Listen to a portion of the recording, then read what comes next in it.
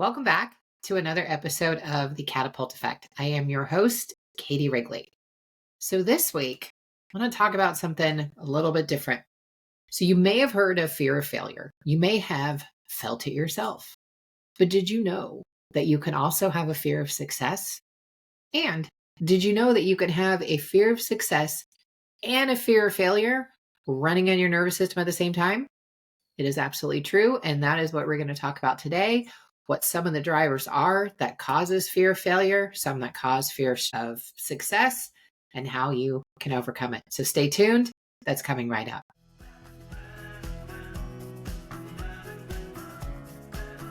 Welcome to the Catapult Effect, a podcast where professionals like you turn challenges into opportunities for extraordinary growth. If you're tired of struggling, feeling lost, and ready to catapult yourself into the best version of you, then you're in the right place. Here's your host, Katie Wrigley. Thank you, as always, for joining me today. I am so happy to have you here with me. So I want to talk first about fear of failure. This one is probably a little bit more familiar. It definitely was to me before I started to understand that you can actually have a fear of success too. So what are some of these things that cause a fear of failure? What is making us so afraid to fail? When really failure is a way that we learn. And we're going to get into the mind shifts later, but let's focus on some of these things that can create a fear of failure. A lot of times, high performers like you, we can be perfectionists. Raise your hand if that resonates. I am a recovering perfectionist. That's why I'm wearing my sweatshirt today. If you're watching this, perfectly imperfect. It reminds me that perfection is not the goal, that we're not performance, that any kind of forward momentum, that's the goal. It doesn't have to be perfect. It's just movement in the right direction. It's all we need. So there are some things that are going on in the nervous system that can start to lock you in. But the first one is perfectionism. If you are struggling with perfectionism, failure is the most terrifying thing you can go through because you've assigned all these things that failure means if you fail. And if you can't do it perfectly, you're not even going to try. And so we wind up being stuck in this fear of failure so big that we literally can't do it because we can't take the criticism of others. We can't take the criticism of ourselves. We can also learn some of this fear of failure from early childhood, where maybe we had really high performing parents that wanted us to go bigger and bigger and bigger. Or maybe we never got attention unless we were actually achieving something, the kind of attention we wanted. Now, we may have gotten attention when we failed. It was probably something pretty negative that put a lot of fear into us that may be still running in that nervous system. If I fail, something bad's going to happen. Now, and sometimes that can be true. Like if your business fails, it can mean a big financial downfall for you. There can be some truth to this. That's not what we want to focus on. We want to look at what are the things that are creating this fear of failure. We want to be aware of them. We want to be able to let them go. But early childhood conditioning, that's definitely one. Perfectionism is another. A lot of times, trauma, what a shock, like we already touched on, that can lead to it too. If you got a bad report card and you got grounded, or you may have been physically hurt as a result because you had abusive parents, God forbid. And I know that unfortunately, many of you listening, that's happened, and I'm so sorry. But that can lead to a panic that, oh no, I'm going to be in so much trouble. My parents are going to yell at me. Shit. So even though you're an adult and you know that your parents aren't going to logically yell at you, your nervous system is still remembering that. You're thinking, if I fail, then something horrible is going to happen to me. I may get yelled at. I may get hurt. There may be something else very, very, very undesirable that happens if I fail here. We can also have a fear of looking stupid. If we've been bullied, if we've had any shame, and if you're human, you've probably dealt with shame. You may have been embarrassed at some point. But if you're afraid to look stupid, failure can make you feel stupid. I'll be honest, like some of my failures, I'm like, wow. Did some work to be able to talk about them, but it can make you feel lesser than. And if you already have that as a pattern running in your nervous system that you're not good enough, and failure is not an option. And one of the other pieces there that I want to make sure that we touch on is that when your nervous system is in a state of fight or flight, like we talked about a lot on the show, there's 70% of Americans, according to one of the Mel Robbins experts. I can never pronounce her last name, Dr. Aditi something, but 70% of us are in this chronic stress pattern. And so what that means is your nervous system is saying, if you try something, you're putting yourself at risk. And if you're at risk, you're a threat. You could be up for a threat. And if you're threatened, you may not be safe. So the nervous system shuts you down. So those are some of the fears, or some of the drivers around fear of failure. Now, what causes a fear of success? One of the biggest ones that I see over and over again, and I saw it in myself as well, is a fear of being seen and heard. Now, we may consciously be so desperate to be seen and heard, but on a subconscious level, and I've talked about this in other episodes as well, that may be the most terrifying thing in the world. It's like, oh my God, people see me, I'm visible.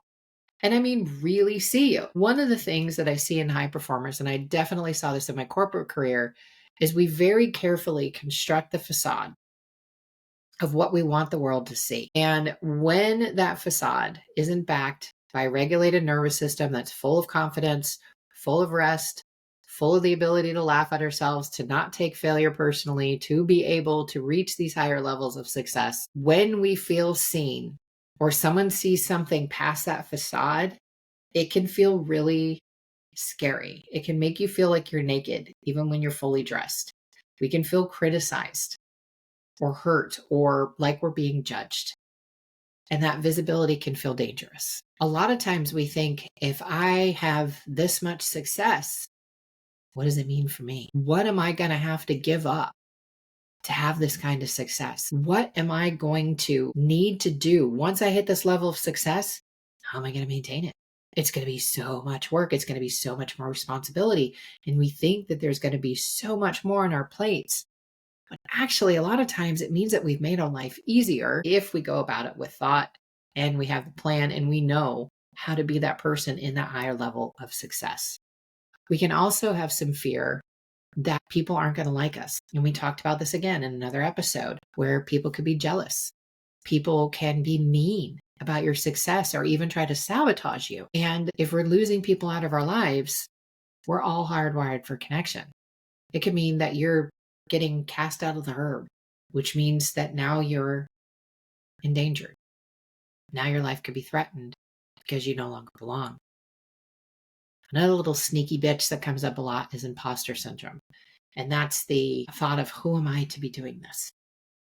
And a lot of that comes from feeling like we're not good enough. That someone else has some other trick out there, that they know things better. And we push down our own expertise. And that keeps us small, and it keeps us from moving out of that pattern of, I'm not good enough, and who am I to be doing this? To stand up and say, hey, I know what I know. Maybe someone else knows more, but the worst thing that any of us, especially with a heart-led business, one of the worst things we can hear is, you're a fraud. And I know if anybody ever called me a fraud, it would take me a minute. I'll be honest. I know I'm not a fraud. And I have so much evidence to prove that. But it would still take a moment if someone called me on that. And what does that do? It tells me I got a little bit more work to do in my nervous system to get over a little bit of fear of success. Just being honest. We can also start to feel guilty or even be ashamed if we have more than other people. And I felt this directly when I was in my corporate career. I felt guilty about the amount of money I was making in comparison to some of my friends. Now, we had all been on different life journeys, and we had all made very different decisions. And I made ones that wound up leading me into a very lucrative 6-figure career that I had for a really long time. I got to enjoy a lot of perks in that career. And I blew all of them. All the extra money that I made, because I was ashamed. I felt guilty. Now, I wasn't even looking at everything that I was doing and everything I had sacrificed to have the level of success that I had in my corporate career. I just felt bad that I had it. And now when I hit those levels of success doing what I'm doing now, there isn't going to be any guilt or shame. One, because I'm constantly giving back in any way that I can. And two, I know how hard I worked to get there. And I know that every bit of success that I have, even if there's still a little bit of fear, I know that I've earned it. And I earned what I had in corporate too, but I had so much guilt or shame around there. And then the other piece is like, we hear so many times about people suddenly being in the public eye. And what does it mean? It means that we may have more people coming at us, that we don't get our alone time, that we don't get our privacy, that we're going to have to give up all of these things, that we're too seen, we're too heard. We've got too many haters out there. All of these things can make us want to go smaller and stay inside of ourselves. And so what can we do to start to dismantle this fear of failure and this fear of success? So with fear of failure, I want you to go back and look at some of the failures that you've had. What did they teach you? Are you doing things differently because of those failures? And what does failure mean to you? And this is something that I've looked at a lot. So as I've grown this business, I've failed a lot. I'm in my fourth year. I've been doing this more than 4 years. So yes, I'm in my fifth year now. I'm in my fifth year of doing this. Next May, it'll be 5 years since I left corporate. And I have had more failures in those 4+ years than I had probably in the 10 previous. It's because I'm taking more risks and I'm being more authentically me, but I have not failed. The business is still going. It is sustainable. It is going to continue to grow and it's going to get profitable in 2026. I know that this is happening and I'm ready for that level of success. But I could look at all the failures and I admit some of them were pretty big and they've definitely left a mark and I've done things very differently, but I learned from every single failure so that I could do it differently and better and get to where I needed to be. So being able to see what have your failures given you? Because if you're learning from them, I don't know that we can actually call those failures because we're still going for that thing. We're still going for that pie in the sky. So did we actually fail? Or was that just an option that didn't work? And now we're going to find one that does until we get there. So some of it can also be how you define failure. And one of the big things that I look at is what is the success rate that I'm having with clients?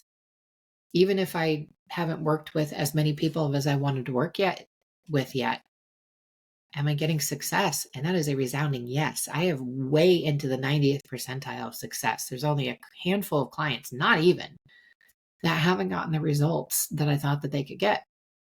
And I understand a lot of why behind it. I'm not going to go into that in this episode. And there's things that I want to do differently so that I have fewer of those, so that I keep my success into the high 90th percentile, which is pretty phenomenal, actually. And there's a huge success story that I can't talk about yet because it's very, very private. And there's no way for me to talk about it without revealing that person's identity. But I had a conversation with someone yesterday about just how successful I've been with this person. A lot of it is because of who they are and their ability to do this work. But the other piece is me being able to hold that space and walk through them on this journey. And now when I can talk about it, believe me, I'm going to share the success because it's not to brag. It's because it deals with something that a lot of people have had to deal with. And it tends to be a situation that doesn't have a lot of hope. And we have created miracles in this person's life. And every other client who has shared their life-changing stories with me, all the testimonials that people have given me. Someone told me that a program that I had created that I had out for a very short period of time that I'm probably going to be releasing again, that kept them company on a cancer journey. And that they relied on that program in their cancer journey. And they are, by the way, thriving less than a year after their cancer diagnosis. And again, a lot of that is the person, but some of it was me too. So being able to frame, what does failure look like to you, and look and see, what did that failure bring you to? And at the same time, what successes have you had that you can pay attention to and allow your nervous system and your brain to start looking at the successes that you've had instead of the failures? That is how you can continue to move into that success. And now when we're talking about the fear of success, we want to mitigate those patterns that are running, the imposter syndrome or the I'm not good enough. That's as easy as a cognitive session or two to help delete those patterns. We can also help the mind see that when you hit these levels of success, it's not that you're going to be busier than you already are. It's that you're actually probably going to have more resources to help you so your workload can stay the same. And with more success, it means that you get to focus on the things that you want and you get to delegate the stuff that is not in your zone of genius. That's pretty awesome. That's one of the things I'm clinging to with the success there. But really helping the nervous system see you're not going to have more responsibility. And yes, you may have more attention. More people may know who you are. You may have more people interfering with your privacy. And let yourself think, what are some ways that you can change that now? Like, I know that I want to do big things because the more people that hear me, the more people know that there's hope. The more people are going to try to do this work for themselves. They're going to feel the same relief that I have had the very awesome privilege of feeling myself and witnessing in other people over and over and over again. And being able to draw into that is just, yes. But there's things that I've thought about as I'm striving to get to these big levels. Like, I am an introvert. I know I'm a very chatty introvert, but I'm an introvert. I need to charge my batteries with alone time. That is how I have enough energy to do all the things that I do in a day, to have all the space for my clients that they need, to have all the space for my loved ones, for my pets, for all the things, including me, because I need to make sure I'm taking care of me in all this. I already have some steps that I want to take before I hit that level of recognition so that I can stay anonymous, so that people don't know where to find me, so that I can keep up that level of privacy. And this isn't going to be a scary thing for me anymore. So we have that time before we are that person where we can take steps now and think, okay, what do I need to do to maintain this level of lifestyle that I like so much? And you have other people to help you to be able to figure out who else do I need involved to be able to help me have this level of success. What do I need to rely on from my partner, from my kids, from my family to help protect me, to help me still be the best person I am, the best mother, the best father, the best sister, the best brother, the best parent, the best kid, the best friend, the best version of you, whoever that may be for you. You have a bunch of people to help you already. Let them know where you're trying to go and what you may need from them to be able to help you work over that fear of success. And really be honest with yourself. If it's that fear of being seen or heard, or that not good enough gremlin inside, ask yourself, what's driving this? Where did that come from? And it may take some subconscious work. So a lot of times that I'm not good enough pattern is definitely running on the subconscious level. So cognitive movement, hypnosis, something along that line. I would love to personally help you with your fear of success. It's one of my favorite things to work on. And help yourself alleviate those things that are keeping you small. If you have any guilt or shame about having more than other people, what is a cause that you want to give to?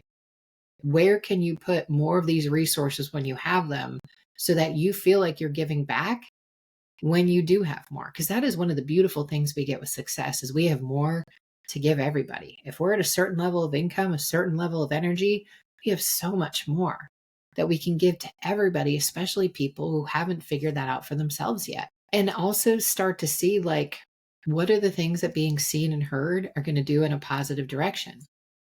Like, I remember back in my Boston days, so it would have been mid to late 90s, early 2000s, where I was in Boston.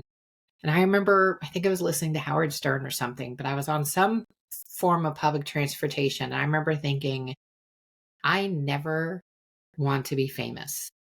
That is a whole pile of shit that I do not want to deal with. And then as I started to get into this work, I've been told by people that I can hit a high level of success and I get a lot of really positive feedback on my content, which thank you so much. You've given me that feedback and I'm constantly trying to improve. One of the big things that helped me, and I want to share it with you so that I can help you too, is realizing that your success, it may have a lot to do with you, but you allowing yourself to be seen and heard, it actually has nothing to do with you. It has to do with the people that you are serving. That is who you're doing it for. Like, I would like to really, like, in an ideal world as an introvert, stay in my home a lot, hang out with my friends, hang out with my family, and just stay in my own little bubble. But I can't impact the world in the level that I want to impact the world if I stay in that little bubble. I need to be on stages. I need to be out there letting people know what is possible. And that is why I am here. And I'm so deeply connected to that purpose. And I understand that any of my success, like, yes, I may get to enjoy it, but it is for the people that I am of service to. It is for the people who want to have all of the things that a regulated nervous system gives them: freedom, better health, better energy, better relationships, more peaceful sleep, abundance in every area, financial freedom. All of these things come with a regulated nervous system. I get to help people have a higher quality of life, and I get to help them in real ways. Like, people say things to me that they have never said out loud to another human being, and I can't tell you what an honor it is to be on the receiving end of that, and how very carefully I guard that information. Like, the client stories you hear that I do share, they're anonymous unless I've shared them with permission. And the stuff that I tell clients stays in the vault. I have never once repeated to anybody, and I never will. Someone else may have said something similar that wasn't in a vault, but if I say the word vault, my clients know that that isn't going anywhere. And that is sacred to me. And knowing that I can help people at the level that I do, that is my driver. And continuing to do my cognitive movement so that that fear of success is out of my system, that's the other thing I do. So being able to be honest with yourself, identify what those patterns are, and then take steps to neutralize those things that are keeping you stuck with either fear of failure or fear of success. Do that work to get it neutral in your nervous system. Whatever your favorite modality is, I want to encourage you to do that, because the world needs you to be your best you, to have the highest levels of success that you are capable of doing in whatever unique way you are here to serve. So please, as a favor to humanity, do whatever you need to do to break through those walls. And sometimes with fear, like we've heard, courage is not the absence of fear, it's feeling the fear and doing it anyway. And sometimes it can be muscling through, but that muscling through can be much easier when you have a regulated nervous system and you have neutralized a lot of the other things in your nervous system telling you that it's not safe to either fail or succeed. All right. Thank you so much for joining me. I'm going to be back again next week with another episode. And until then, please be well. And don't forget, I have an upcoming webinar on November 4th. It's going to be at 4 p.m. Eastern. I will put the link in the show notes. I hope you'll come join me. It is totally free. It will be recorded. All you need to do is go to katiewrigley.com/webinar, grab your free seat, and I'll see you on November 4th. Take care. Thank you for joining us today. If you enjoyed this episode, please share it with a friend and leave a 5-star review, which helps grow the podcast and reach others just like you. While you're at it, connect with Katie on social media. You can find her on LinkedIn, TikTok, Facebook, and Instagram as @CoachKTDubs. That's CoachKTDubs.